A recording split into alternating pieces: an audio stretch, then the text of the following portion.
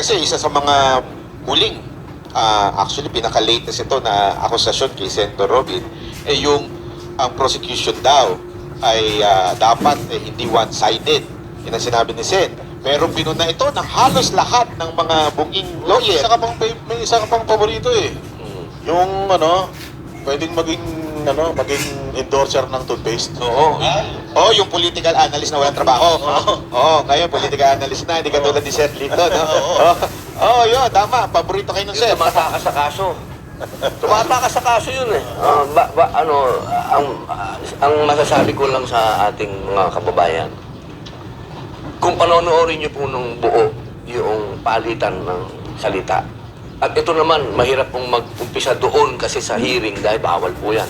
Doon na lang po sa sinabi nila sa press con nila. Ang sabi nila sa press con nila, ang sinasabi ko daw, na one way, masyado naman kayong one-sided eh.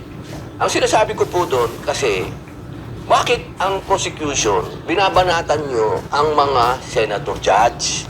Hindi nyo dapat ginagawa yan. Kasi judge yan eh. Saan ka naman nakakita ng prosecutor, babanatan mo yung judge? Binabanatan nila yung mga nakakulong na senator judge. Si Jinggoy Estrada, Senator Jinggoy, tsaka si Senator Marcoleta. Banat sila, si Ridon. Binabanatan na hindi dapat yan mag-participate. Binabanatan ni Dilima, hindi yan dapat mag-participate. Anong pakialam nila? Yes. Rules namin yun. Hindi dapat sila nakikialam doon. Yun yung sinasabi ko. Pinapayagan nyo yung mga may kaso na mag-witness dito. Pero yung mga senador na may kaso, kako, na hindi naman final and executory, wala pang nangyayaring hearing, ayaw yung payagan ditong mag-participate. Anong karapatan nila sabihin sa amin yun? Medyo itong mga ito, para itong mga langaw na nakasakay sa kalabaw. Dapat pagsabihan yan ng aming impeachment court na pagbawalan yan sa... Wala silang karapatan eh, hindi ko nakikita. Meron na ba kayo nakitang piskal na binabanatan yung judge? Sabi, pambihira. Dapat po ata makontempt yung mga ganyan. Yan po ang dapat mangyari. Kasi alam nyo, ang aking pakiusap. Pag ako po nagsalita doon, meron, kilala nyo naman, mahirap magsalita kasi sa beauty tayo, no? Sana, panghawakan natin yung sinabi ni Patron.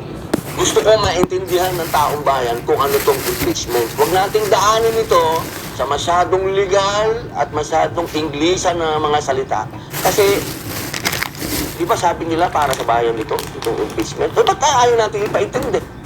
Dapat ipaintindi natin. Hindi tayo pwedeng sila tong sabi ng sabi, huwag daw masyadong mag-technical. Pag nagiging technical ako, sasabihin naman nila, alam nyo, ang hirap eh.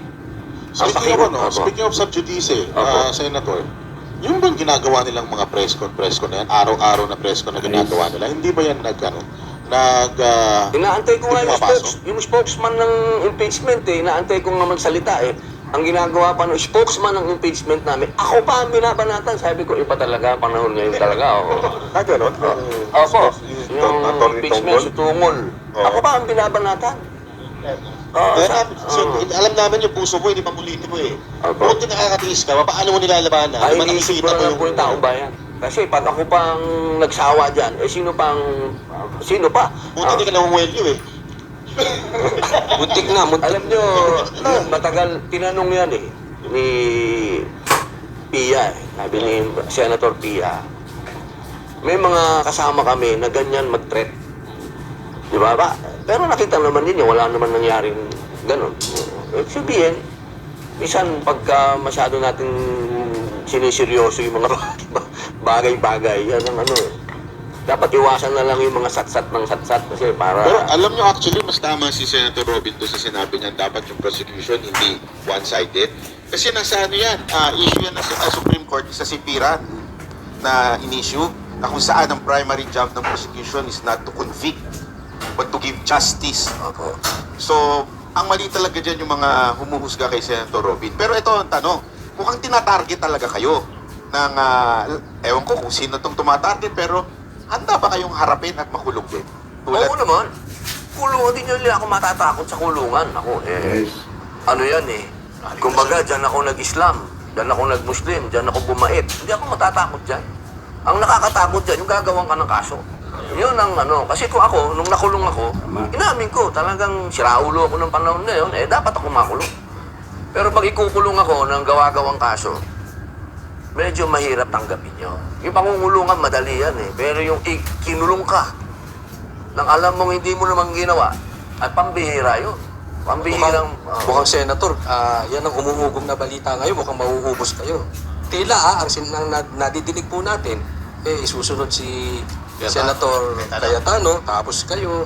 Kasi kayo yung mga nagsasalita na ngayon na may sense Hindi lang yung parang pagmamalaki nyo lang na 29 years kayong mababatas, yung meron talagang laman.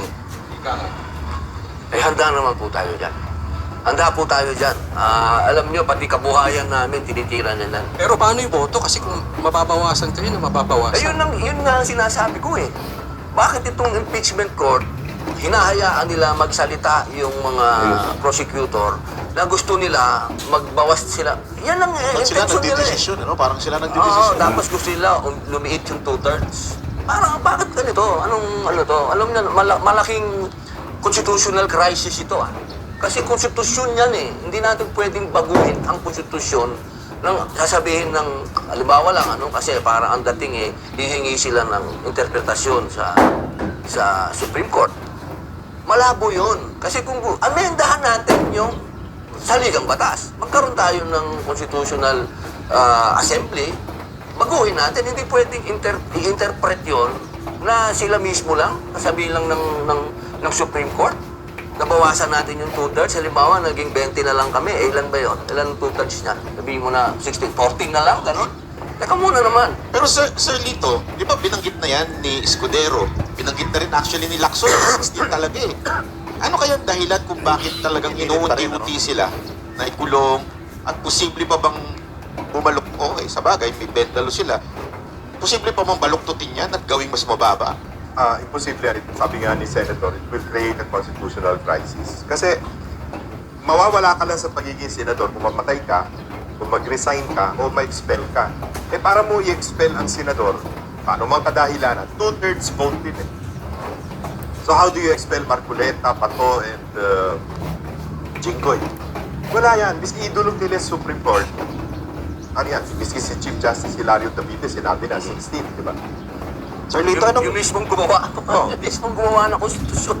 Sir Lito, anong nakikita mong resulta o parang bilang isang strategist? Ano ba to? Bakit ang init-init lagi nila dito sa impeachment na to? Kasi may mga bagay pa dapat unahin. Planado itong antimano Ito yung conspiracy talaga dahil nga una, walang kandidato ang administrasyon sa 2028. Kita mo nga, pinakamataas si Vince Dizon, 1%. Di ba? sa hanay nila. Pangalawa, kung hindi man nila ma-convict si Inday Sara, sisiraan nila na sisiraan in the hope na yung numbers bumaba. Itong mataas pa Speaking of planado, sa tingin niyo po ba, ito, from the beginning, pinagpaplanuhan na talaga nilang wasakin o mabagsakin si Bibi Sara? From the very beginning. Kaya din ganyan ang galit ni Inday Sara Kasi na-discover niya later na talagang pinroject siya.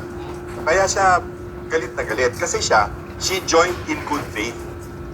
Aminin naman natin, kung hindi naman pumayag si Inday Sara na mag-busy kay BBM, mananalo ba si BBM? Kami ni Palat, ni Paina, kay Isko nun. No?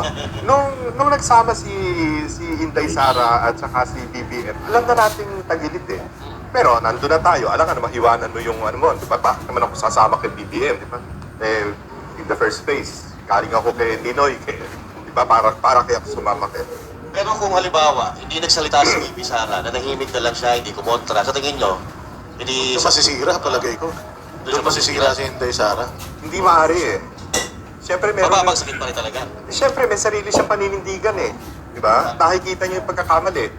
Pag hindi niya sinabi yung paninindigan niya at hindi niya punahin yung pagkakamali, yun ang betrayal of public trust.